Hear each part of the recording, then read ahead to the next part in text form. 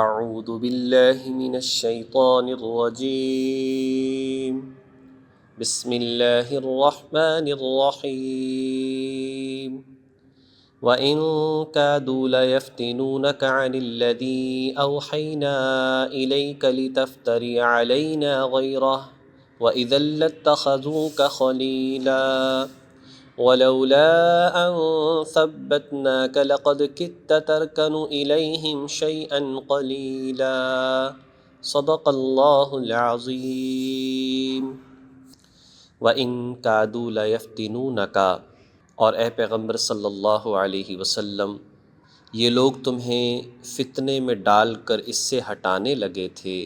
لَيَفْتِنُونَكَ، آپ کو فتنے میں ڈال کر ہٹانے لگے تھے، عن الذی، اس چیز سے، اس وحی سے، اوحینا الیک، جو وحی ہم نے آپ کی طرف بھیجی تھی، لتفتری علینا غیرہ، تاکہ تم اس کے بجائے کوئی اور بات ہمارے نام گھڑ کر پیش کر دو، یعنی اللہ کی طرف کسی غلط چیز کی نسبت کر دو۔ وَإِذًا لَاتَّخَذُوكَ خَلِيلًا، اور اس صورت میں یہ تمہیں اپنا گہرا دوست بنا لیتے۔ وَلَوْلَا أَن ثَبَّتْنَاكَ، اور اگر ہم آپ کو ثابت قدم نہ رکھتے، لَقَدْ كِدتَّ تَرْكَنُ إِلَيْهِمْ شَيْئًا قَلِيلًا، تو تم بھی ان کے طرف کچھ کچھ جھکنے کے قریب جا پہنچتے۔ اللہ فرماتے ہیں کہ اگر ہم آپ کو ثابت قدمی عطا نہ کرتے تو آپ بھی ان کفار کی طرف، ان کی باتوں کی طرف جھک جاتے۔ ان آیات میں اللہ تبارک و تعالیٰ نے جو بات ارشاد فرمائی ہے، اس سے قبل ان آیات کا شان نزول، سبب نزول، کہ کس وجہ سے یہ آیات نازل ہوئیں، اس بات کو سمجھنا ضروری ہے۔ متعدد شان نزول مفسرین نے ذکر فرمائے ہیں، لیکن سبھی کا جو خلاصہ ہے وہ تقریباً ایک ہی ہے۔ ایک تو بیان فرمایا کہ مشرکین مکہ حضور کے پاس آئے اور آ کر کہنے لگے، یہ گرے پڑے جو لوگ ہیں، یہ غریب قسم کے جو لوگ آپ پر ایمان لائے ہیں، آپ ان کو اپنے پاس سے ہٹا دیں تو ہم آپ پر ایمان لے آئیں گے۔ دوسری بات، انہوں نے کہا جی کہ وہ آیات جو کہ ہمارے بارے میں، یعنی کہ مشرکین کے بارے میں عذاب کے حوالے سے ہیں، ان آیات عذاب کو آیات رحمت بنا کر آپ پیش کر دیں تو ہم آپ پر ایمان لے آئیں گے۔ تیسری بات کہ طائف کے قریب ایک علاقہ تھا، وہاں کے لوگ آپ سے کہنے لگے کہ آپ ہمارے لیے نماز معاف کروا دیں، یعنی ہم ایمان لاتے ہیں لیکن نماز نہیں پڑھیں گے، ہم ایمان لاتے ہیں لیکن عشر نہیں دیں گے، ہم ایمان لاتے ہیں لیکن جہاد نہیں کریں گے، اور ہمارا جو علاقہ ہے اسے بھی حرم کی جگہ قرار دے دیں، جیسے خانہ کعبہ کا ارد گرد حرم ہے، اس طریقے سے ہمارے علاقے کو حرم قرار دے دیں تو ہم آپ پر ایمان لے آئیں گے۔ ان ساری باتوں کے حوالے سے مفسرین نے فرمایا کہ نبی علیہ السلام چونکہ بہت حریص تھے، اپنی امت کے بارے میں بڑا درد رکھنے والے تھے، اس لیے ایک لمحے ذہن میں یہ بات آ گئی کہ اگر میں ان کی باتیں مان لوں تو یہ لوگ ایمان لے آئیں گے اور بعد میں یہ درست ہو جائیں گے، عقائد بھی اپنے درست کر لیں گے اور اعمال پر بھی آ جائیں گے۔ تو اس بات کی طرف اللہ رب العزت نے ارشاد فرمایا کہ اے میرے پیغمبر صلی اللہ علیہ وسلم، اللہ تعالیٰ نے تو آپ سے کہا ہے کہ توحید کے علاوہ کچھ نہیں، اللہ نے تو آپ سے کہا ہے اللہ کے حکم کے علاوہ کچھ نہیں، اللہ نے تو آپ سے کہا ہے کہ لا طاعۃ لمخلوق فی معصیۃ الخالق، اللہ کی نافرمانی میں مخلوق کی فرما برداری نہیں کی جا سکتی۔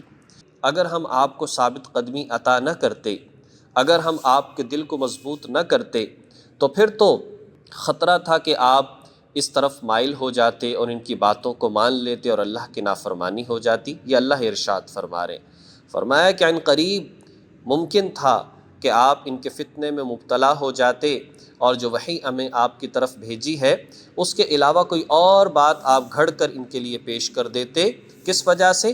تاکہ یہ تمہارے اور آپ ان کے دوست بن جائیں، لیکن وہ تو ہم نے رحم کیا اور لا ان ثبتناک، ہم نے آپ کو ثابت قدمی عطا کی اور آپ ان کی طرف نہیں جھکے۔ اذا لاذقناک ضعف الحیات وضعف الممات، اور اگر ایسا ہو جاتا تو ہم تمہیں دنیا میں بھی دگنی سزا دیتے، وضعف الممات، اور مرنے کے بعد بھی دگنی سزا دیتے۔ ثم لا تجد لك علینا نصیرا، پھر تمہیں ہمارے مقابلے میں کوئی مددگار نہ ملتا۔ کیسی بڑی بات کہہ دی نبی علیہ الصلاۃ والسلام کے حوالے سے۔ یہ بات ذہن میں رکھنی چاہیے کہ نبی بلکہ تمام انبیاء معصوم ہیں، گناہ ان سے ہو نہیں سکتا، اللہ ہونے نہیں دے گا۔ یہاں پر حضور علیہ الصلاۃ والسلام کو مخاطب کر کے یہ بات ہمیں سمجھانا مقصود ہے کہ اگر اللہ نہ کرے نبی بھی اگر کچھ کر لیتا، اللہ کے احکامات کے خلاف کرتا، تو انہیں بھی سزا ملتی اور دگنی سزا ملتی۔ تو تم دیکھ لو کہ جب نبی کے ساتھ یہ معاملہ ہوتا تو تمہاری نسبتیں کس کام آئیں گی۔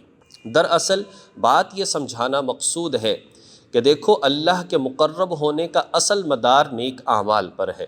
کوئی کتنا ہی قرب اختیار کر لے، اس سے وہ قرب صرف نسبت کام نہیں آ سکتی، بلکہ جو ہے نیک اعمال بھی ضروری ہیں۔ گناہ کا مرتکب سزا کا مستحق تو ہوگا ہی، لیکن اگر اس کا قرب بہت زیادہ ہے، وہ اللہ کا نزدیکی بہت زیادہ ہے، تو اس کی وجہ سے اس کی سزا بھی دگنی ہوگی۔ جیسے ازواج مطہرات کے حوالے سے قرآن کریم میں آتا ہے 21ویں پارے کے آخر میں، اے ازواج مطہرات، اگر تم نے نافرمانی کی تو دوہری سزا ملے گی، اور اگر فرما برداری کی تو دوہرا اجر ملے گا، اس لیے کہ آپ امت کی عورتوں کے لیے نمونہ ہو۔ اسی طرح سے نبی علیہ الصلاۃ والسلام فرمایا کہ اگر کچھ ایسا ہوتا تو دوہری سزا۔ وجہ کیا ہے؟ آپ تو پوری امت کے لیے نمونہ ہیں۔ ایسے کیسے ہو سکتا ہے کہ آپ غلط راستے پر چل پڑیں؟ اگر آپ چلے تو ساری امت پھسل جائے گی۔ تو اس بنیاد پر جو ہے یہ بات ارشاد فرمائی، اذا لأذقناک ضعف الحیات، اگر آپ ایسا کچھ کریں گے تو دنیا میں بھی دوہرا عذاب ہوگا اور آخرت میں بھی دوہرا عذاب ہوگا، اور پھر کوئی بچانے والا بھی نہیں ہوگا۔ ہمیں یہ بات سوچنی چاہیے، ہم تھوڑی سی نسبتیں لگا کر، تھوڑے سے اعمال کر کے کس قدر جو ہے اعمال سے پیچھے ہٹ جاتے ہیں، کس قدر بے فکر ہو جاتے ہیں، کس قدر بڑی بڑی امیدیں لگا لیتے ہیں، یہ بات سوچنی چاہیے۔ نبی علیہ الصلاۃ والسلام نے فرمایا کہ میں بھی اللہ تعالیٰ کی رحمت سے بخشا جاؤں گا۔ نسبت یقیناً بہت بڑی چیز ہے، نسبت سے انکار نہیں ہے، لیکن جتنی بڑی نسبت ہو، جتنا بڑا مقام ملے، اتنا ہی انسان کو حساس ہو جانا چاہیے، اتنا ہی انسان کو نیک اعمال کی طرف متوجہ ہو جانا چاہیے، اتنا ہی انسان کو گناہوں سے دور ہو جانا چاہیے۔ آج کے زمانے میں لوگ اپنا تعلق جوڑ لیتے ہیں، اور جی ہمارا تو بڑا اونچا تعلق ہے، ہماری تو نسبت بہت اونچی ہے، ہم تو سید ہیں، اور اسی طریقے سے ہم تو قریشی اور ہاشمی ہیں، ہمارا تعلق تو فلاں بزرگ کے ساتھ ہے۔ بہت اچھی بات، نسبت کی یقیناً بہت بڑی قدر ہے، اور قدر کس وقت ہے؟ جب انسان خود بھی تھوڑی سی کوشش کرے۔ آگے ارشاد فرمایا کہ وَإِن كَادُوا لَيَسْتَفِزُّونَكَ مِنَ الْأَرْضِ، اس کے علاوہ یہ لوگ اس فکر میں بھی تھے اس سرزمین مکہ سے تمہارے قدم اکھاڑ دیں۔ وَإِن كَادُوا لَيَسْتَفِزُّونَكَ، عن قریب یہ اکھاڑ دیتے آپ کے قدم، من الارض، اس زمین سے، اس مکہ سے، یعنی آپ کو پہلے تو قتل کرنا چاہتے تھے، پھر آپ کو خود نکال دیتے، یہ لیکن لِيُخْرِجُوكَ مِنْهَا، تاکہ وہ یہاں سے آپ کو باہر نکال دیں۔ وَإِذًا لَّا يَلْبَثُونَ خِلَافَكَ إِلَّا قَلِيلًا، اور اگر ایسا ہوا تو یہ بھی تمہارے بعد زیادہ دیر یہاں نہیں ٹھہر سکیں گے۔ یعنی بات یہ ہے کہ نبی علیہ الصلاۃ والسلام کو نکالنے کے حوالے سے وہ کوشش کر رہے تھے، لیکن اللہ ہی نے حکم دے دیا کہ آپ ہجرت فرما کر چلے جائیں، اور اس کے بعد بندے طے ہو چکے تھے، وقت طے ہو چکا تھا، رات طے ہو چکی تھی، اسلحہ لے کر باہر پہنچ چکے تھے، لیکن اللہ تبارک و تعالیٰ نے ہجرت کا حکم دیا اور نبی وہاں سے چلے گئے۔ اور بعد میں دیکھ لیں پھر ان کے ساتھ کیا ہوا، 1 سال نہیں گزرتا غزوہ بدر ہوتا ہے، اور انہی کفار کے ساتھ کیا انجام کیا جاتا ہے، اور اس کے بعد 6-7 سال کے بعد جو ہے فتح مکہ ہوتا ہے، اور مشرکین مکہ کو اور کفار مکہ کو یہاں سے نکلنا پڑتا ہے۔ سنتا، یہ ہمارا وہ طریقہ کار ہے، قد ارسلنا قبلک من رسلنا، جو ہم نے اپنے ان پیغمبروں کے ساتھ اختیار کیا تھا جو ہم نے آپ سے پہلے بھیجے تھے۔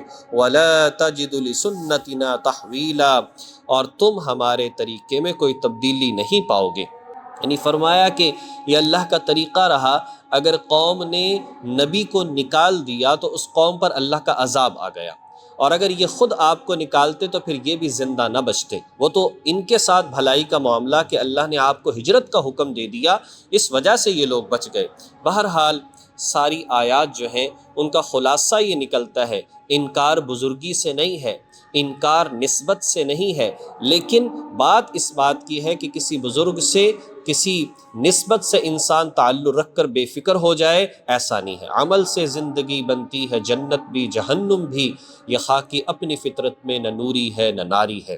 وہ نسبت تھی لیکن نیک اعمال بھی تھے کہ بلال رضی اللہ تعالیٰ عنہ چلتے زمین پر تھے اور قدموں کی آواز جنت میں آیا کرتی تھی، حالانکہ ان سے بہت بڑے تھے صدیق اکبر، ان سے بہت بڑے تھے حضرت عثمان غنی رضی اللہ تعالیٰ عنہم۔ درجہ بے شک انہی کا اونچا ہے، لیکن اعمال کی وجہ سے اللہ تعالیٰ نے کیسے سیاہ فام حبشی کو کتنا اونچا مقام دے دیا کہ فتح مکہ ہوتا ہے، حضور تلاش کرتے ہیں کہاں ہے میرا بلال، آج خانہ کعبہ کی چھت پر کھڑے ہو کر اذان دے گا۔ تو بہرحال نسبتوں کی قدر ضرور ہے، لیکن اعمال سے بھی بے فکر نہیں ہونا چاہیے۔ سمجھدار انسان وہ ہے جو اعمال کر کے پھر اللہ کے ذات سے رحمت کی امید رکھے۔ اللہ تعالیٰ توفیق عمل نصیب فرمائے۔ وآخر دعوانا ان الحمد للہ رب العالمین۔